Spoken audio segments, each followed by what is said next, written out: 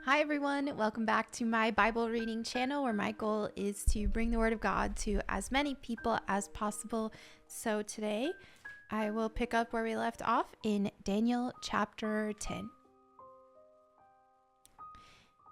In the 3rd year of the reign of King Cyrus of Persia, Daniel, also known as Belteshazzar, had another vision. He understood that the vision concerned events certain to happen in the future, times of war and great hardship. When this vision came to me, I, Daniel, had been in mourning for 3 whole weeks. All that time I had eaten no rich food, no meat or wine crossed my lips, and I used no fragrant lotions until those 3 weeks had passed. On April 23rd, as I was standing on the bank of the great Tigris River, I looked up and saw a man dressed in linen clothing with a belt of pure gold around his waist. His body looked like a precious gem, his face flashed like lightning, and his eyes flamed like torches. His arms and feet shone like polished bronze, and his voice roared like a vast multitude of people. Only I, Daniel, saw this vision. The men with me saw nothing, but they were suddenly terrified and ran away to hide. So I was left there all alone to see this amazing vision. My strength left me. My face grew deathly pale, and I felt very weak. Then I heard the man speak, and when I heard the sound of his voice, I fainted and lay there with my face to the ground. Just then a hand touched me and lifted me, still trembling, to my hands and knees. And the man said to me, Daniel, you are very precious to God, so listen carefully to what I have to say to you. Stand up, for I have been sent to you. When he said this to me, I stood up, still trembling. Then he said, Don't be afraid, Daniel. Since the first day you began to pray for understanding and to humble yourself before your God, your request has been heard in heaven. I have come in to answer your prayer. But for 21 days, the spirit prince of the kingdom of Persia blocked my way. Then Michael, one of the archangels, came to help me, and I left him there with the spirit prince of the kingdom of Persia. Now I am here to explain what will happen to your people in the future, for this vision concerns a time yet to come. While he was speaking to me, I looked down at the ground, unable to say a word. Then the one who looked like a man touched my lips, and I opened my mouth and began to speak. I said to the one standing in front of me, I am filled with anguish because of the vision I have seen, my Lord, and I am very weak. How can someone like me, your servant, talk to you, my Lord? My strength is gone, and I can hardly breathe. Then the one who looked like a man touched me again, and I felt my strength returning. Don't be afraid, he said, for you are very precious to God. Peace, be encouraged, be strong. As he spoke these words to me, I suddenly felt stronger and said to him, Please speak to me, my Lord, for you have strengthened me. He replied, Do you know why I have come? Soon I must return to fight against the spirit prince of the kingdom of Persia, and after that, the spirit prince of the kingdom of Greece will come. Meanwhile, I will tell you what is written in the book of truth. No one helps me against these spirit princes except Michael, your spirit prince. I have been standing beside Michael to support and strengthen him since the 1st year of the reign of Darius the Mede. Daniel chapter 11. Now then, I will reveal the truth to you. 3 more Persian kings will reign, to be succeeded by a 4th, far richer than the others. He will use his wealth to stir up everyone to fight against the kingdom of Greece. Set out in great anger to destroy and obliterate many. He will stop between the glorious holy mountain and the sea, and will pitch his royal tents. But while he is... Hold on, let me make sure I didn't skip a page. I think I did. Yeah, I did. Okay, so he will use his wealth to stir up everyone to fight against the kingdom of Greece.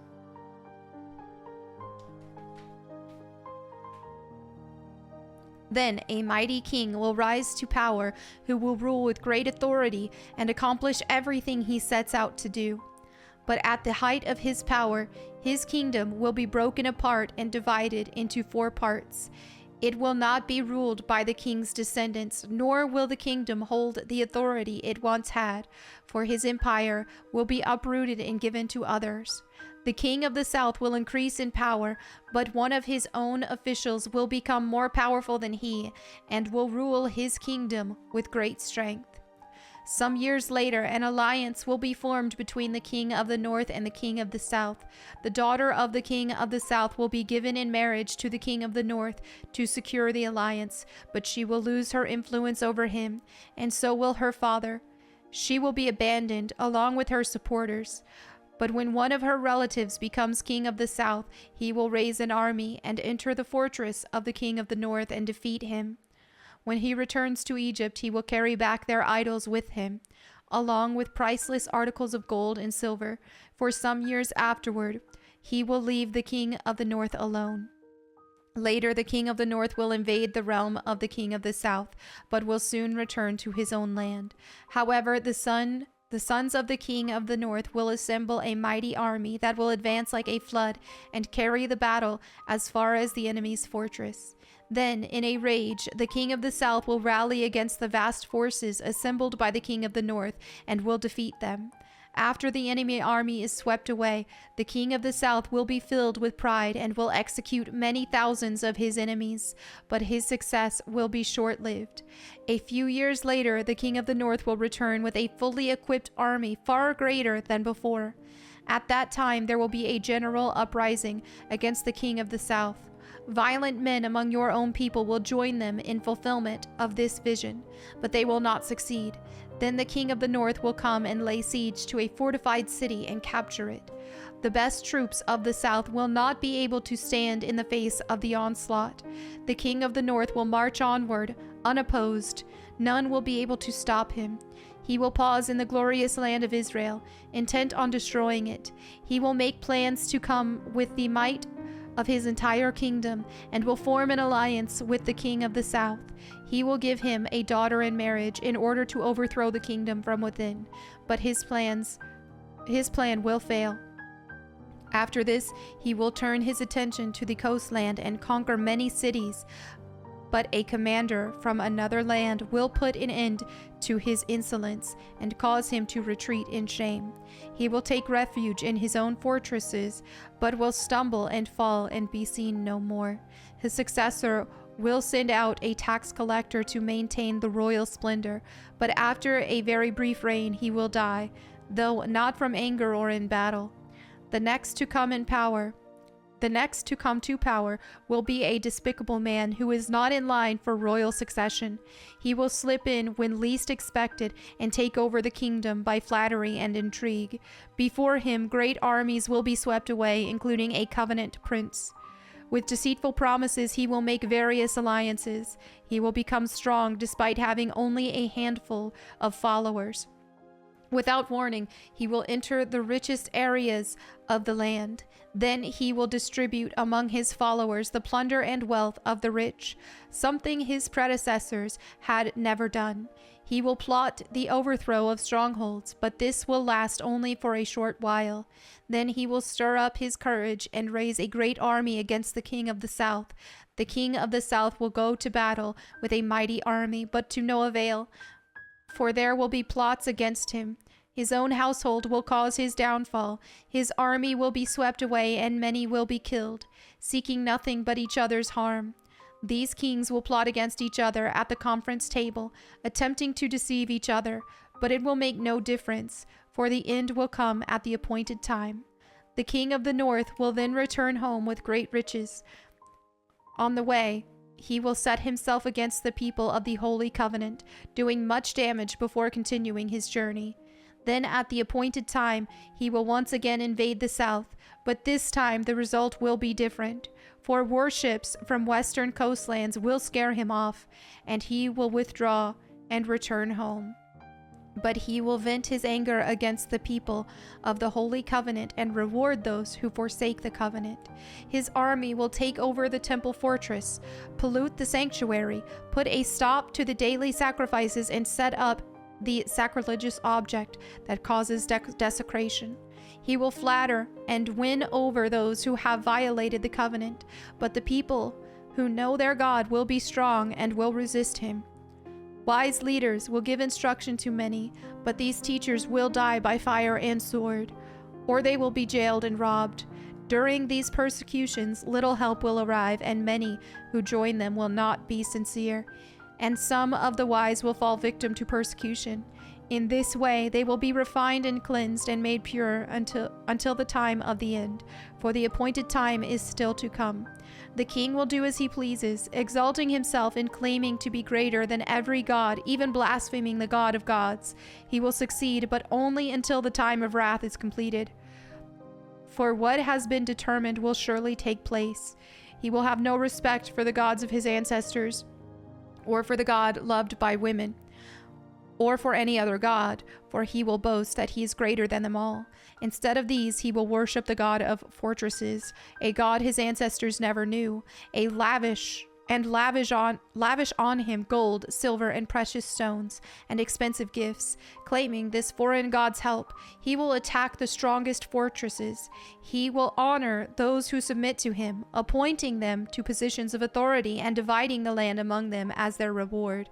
Then, at the time of the end, the king of the south will attack the king of the north. The king of the north will storm out with chariots, charioteers, and a vast army. He will invade various lands and sweep through them like a flood. He will enter the glorious land of Israel, and many nations will fall. But Moab, Edom, and the best part of Ammon will escape. He will conquer many countries, and even Egypt will not escape. He will gain control over the gold, silver, and treasures of Egypt, and the Libyans and Ethiopians will be his servants. But then news from the east and the north will alarm him, and he will set out in great anger to destroy and obliterate many. He will stop between the glorious holy mountain and the sea, and will pitch his royal tents. But while he is there, his time will suddenly run out, and no one will help him. Daniel chapter 12. At that time, Michael, the archangel, who stands guard over your nation, will arise. Then there will be a time of anguish greater than any since nations first came into existence. But at that time, every one of your people whose name is written in the book will be rescued. Many of those whose bodies lie dead and buried will rise up, some to everlasting life and some to shame and everlasting disgrace. Those who are wise will shine as bright as the sky, and those who lead many to righteousness will shine like the stars forever. But you, Daniel, keep this prophecy a secret. Seal up the book until the time of the end, when many will rush here and there, and knowledge will increase. Then I, Daniel, looked and saw two others standing in opposite banks of the river. One of them asked the man dressed in linen, who was now standing above the river, "How long will it be until these shocking events are over?" The man dressed in linen, who was standing above the river, raised both his hands toward heaven and took a solemn oath by the one who lives forever, saying, "It will go on for a time, times and half a time. When the shattering of the holy people has finally come to an end, all these things will have happened." I heard what he said, but I did not understand what he meant. So I asked, "How will all this finally end, my lord?" But he said, "Go now, Daniel, for what I have said is kept secret and sealed until the time of the end. Many will be purified, cleansed, and refined by these trials. But the wicked will continue in their wickedness, and none of them will understand. Only those who are wise will know what it means. From the time the daily sacrifices is stopped, and the sacrilegious object that causes desecration is set up to be worshipped, there will be 1,290 days. And blessed are those who wait and remain until the end of the 1,335 days. As for you, go your way until the end. You will rest, and then at the end of the days, you will rise again to receive the inheritance set aside for you." And there you have it. We just completed Daniel. Tomorrow we will start Hosea. So I'm excited. Thank you all so much for your fellowship and for just joining me in this journey of reading through the Bible on this channel. So as always, if you have any prayer requests, please leave those in the comments below so that myself, my prayer team, or anyone else who reads them can pray for you. Thank you to everybody who prays for me. And yeah, I will see you tomorrow. God bless and goodbye.